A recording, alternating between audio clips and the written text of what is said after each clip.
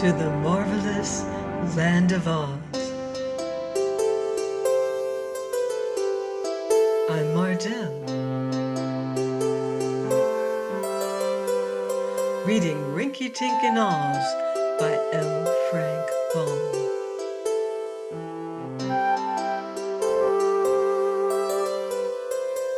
Chapter 10. The Cunning of Queen Cor. You may be sure the Queen of Coragos was not well pleased to have King Goss and all his warriors living in her city after they had fled from their own. They were savage-natured and quarrelsome men at all times, and their tempers had not improved since their conquest by the Prince of Pingaree. Moreover, they were eating up Queen Cor's provisions and crowding the houses of her own people, who grumbled and complained until their queen was heartily tired.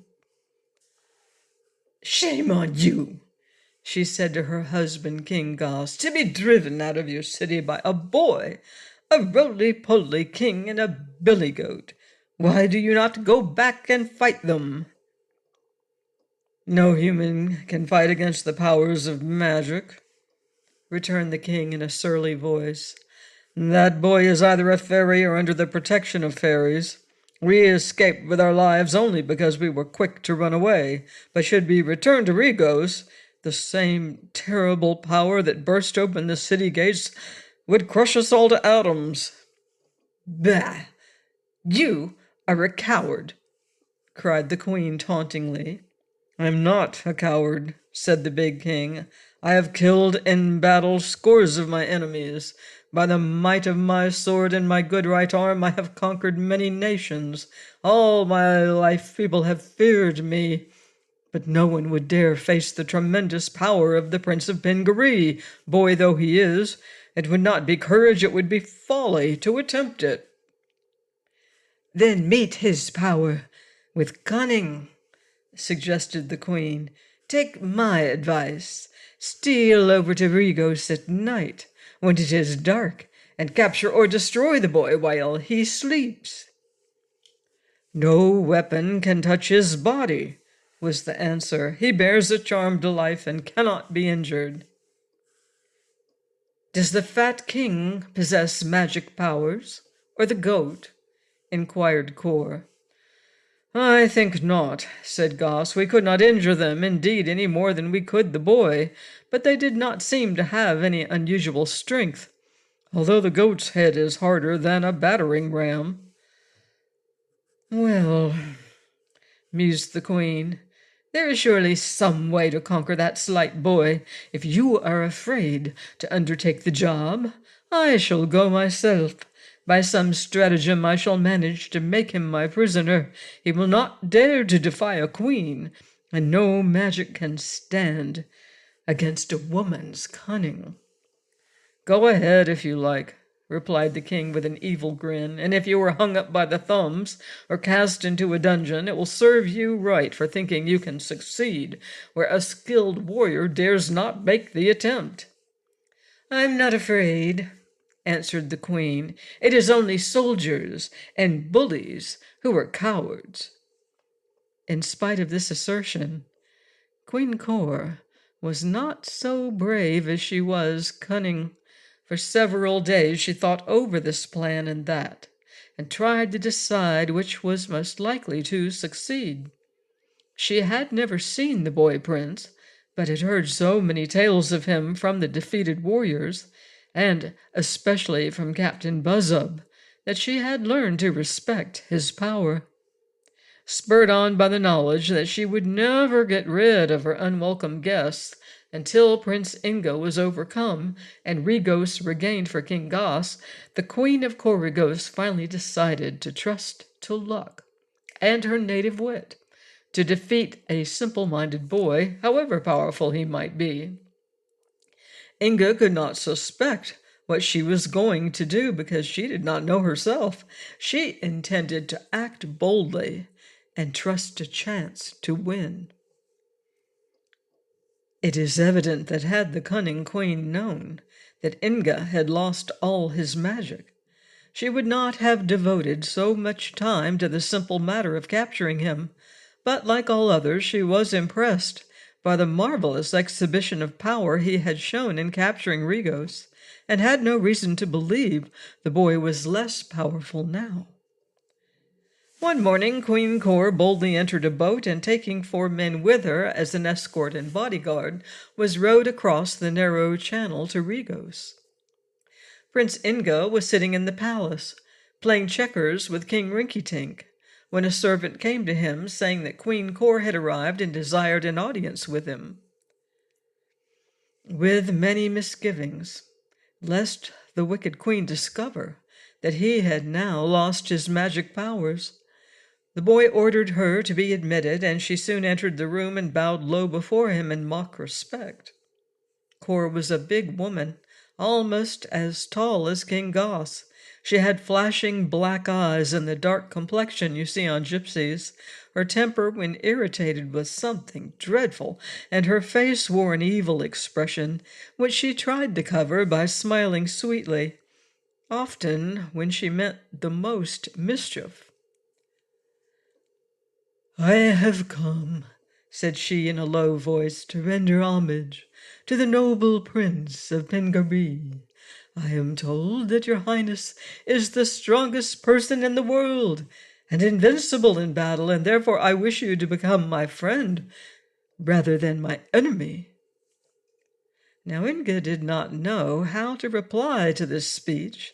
He disliked the appearance of the woman, and was afraid of her, and he was unused to deception, and did not know how to mask his real feelings, so he took time to think over his answer, which he finally made in these words: "I have no quarrel with your Majesty, and my only reason for coming here is to liberate my father and mother and my people, whom you and your husband have made your slaves, and to recover the goods King Goss has plundered from the island of Pingaree. This I hope soon to accomplish, and if you really wish to be my friend, you can assist me greatly." While he was speaking, Queen Cor had been studying the boy's face stealthily from the corners of her eyes, and she said to herself, "He is so small and innocent that I believe I can capture him alone and with ease. He does not seem very terrible, and I suspect that King Goss and his warriors were frightened at nothing." Then aloud she said to Inga, "I wish to invite you, mighty prince, and your friend, the great king of Gilgad, to visit my poor palace at Corygos, where all my people shall do you honor. Will you come?" "At present," replied Inga uneasily, "I must refuse your kind invitation." "There will be feasting, and dancing girls, and flames and fireworks," said the queen, speaking as if eager to entice him, and at each word coming a step nearer to where he stood. "I could not enjoy them while my poor parents are slaves," said the boy sadly. "Are you sure of that?" asked Queen Cor, and by that time she was close beside Inga. Suddenly she leaned forward and threw both of her long arms around Inga's body, holding him in a grasp that was like a vice. Now Rinkitink sprang forward to rescue his friend, but Cor kicked out viciously with her foot and struck the king squarely on his stomach, a very tender place to be kicked, especially if one is fat. Then, still hugging Inga tightly, the queen called aloud, "I've got him! Bring in the ropes!" Instantly the 4 men she had brought with her sprang into the room and bound the boy hand and foot. Next they seized Rinkitink, who was still rubbing his stomach, and bound him likewise. With a laugh of wicked triumph, Queen Cor now led her captives down to the boat and returned with them to Corygos. Great was the astonishment of King Goss and his warriors when they saw that the mighty Prince of Pingaree, who had put them all to flight, had been captured by a woman. Cowards as they were, they now crowded around the boy and jeered at him, and some of them would have struck him had not the queen cried out, "Hands off! He is my prisoner, remember, not yours." "Well, Cor, what are you going to do with him?" inquired King Goss. "I shall make him my slave, that he may amuse my idle hours, for he is a pretty boy and gentle, although he did frighten all of you big warriors so terribly." The king scowled at this speech, not liking to be ridiculed, but he said nothing more. He and his men returned that same day to Regos, after restoring the bridge of boats, and they held a wild carnival of rejoicing, both in the king's palace and in the city, although the poor people of Regos who were not warriors were all sorry that the kind young prince had been captured by his enemies and could rule them no longer. When her unwelcome guests had all gone back to Regos, and the queen was alone in her palace, she ordered Inga and Rinkitink brought before her, and their bonds removed. They came sadly enough, knowing they were in serious straits and at the mercy of a cruel mistress.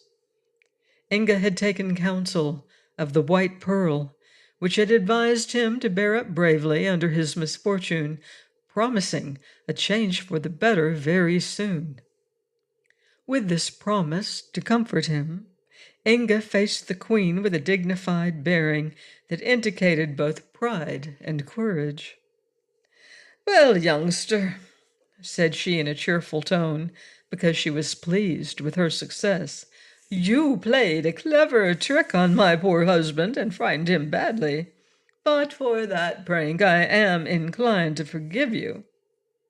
Hereafter I intend you to be my page, which means that you must fetch and carry for me at my will, and let me advise you to obey my every whim without question or delay.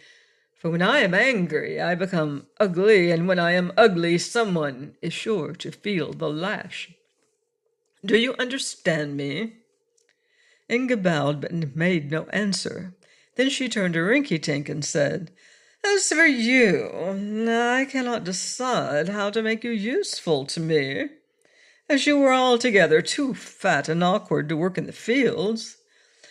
It may be, however, that I can use you as a pincushion." "What?" cried Rinkitink in horror. "Would you stick pins into the king of Gilgad?" "Why not?" returned Queen Cor. "You're fat as a pincushion, as you must yourself admit, and whenever I needed a pin, I could call you to me." Then she laughed at his frightened look and asked, "By the way, are you ticklish?"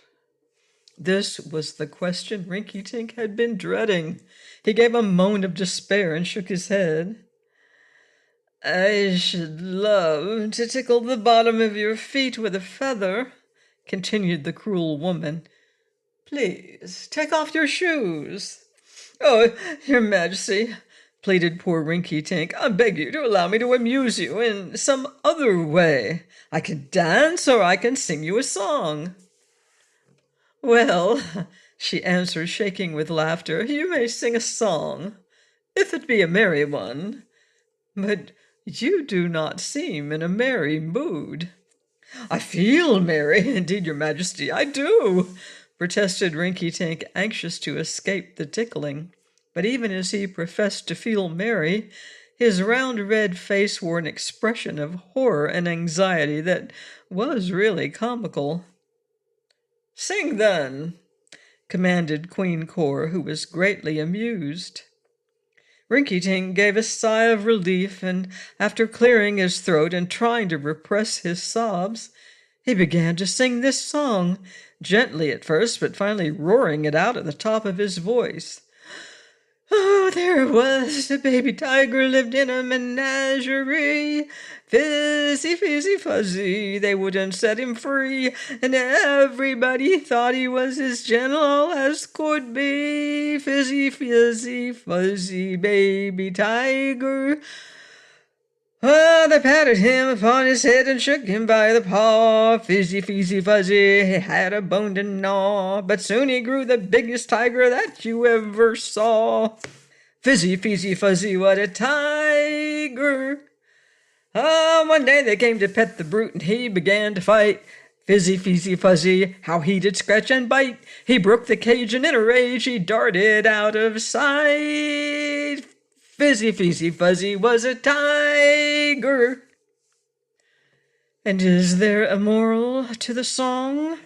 Asked Queen Cor when King Rinkitink had finished his song with great spirit. If there is, said Rinkitink, it is a warning not to fool with tigers. The little prince could not help smiling at this shrewd answer, but Queen Cor frowned and gave the king a sharp look. Oh, said she, I think I know the difference between a tiger and a lapdog, but I'll bear the warning in mind just the same. For after all her success in capturing them, she was a little afraid of these people who had once displayed such extraordinary powers. Please join me next time for another exciting chapter of Rinkitink in Oz by L. Frank Baum. Goodbye for now. See you in Oz.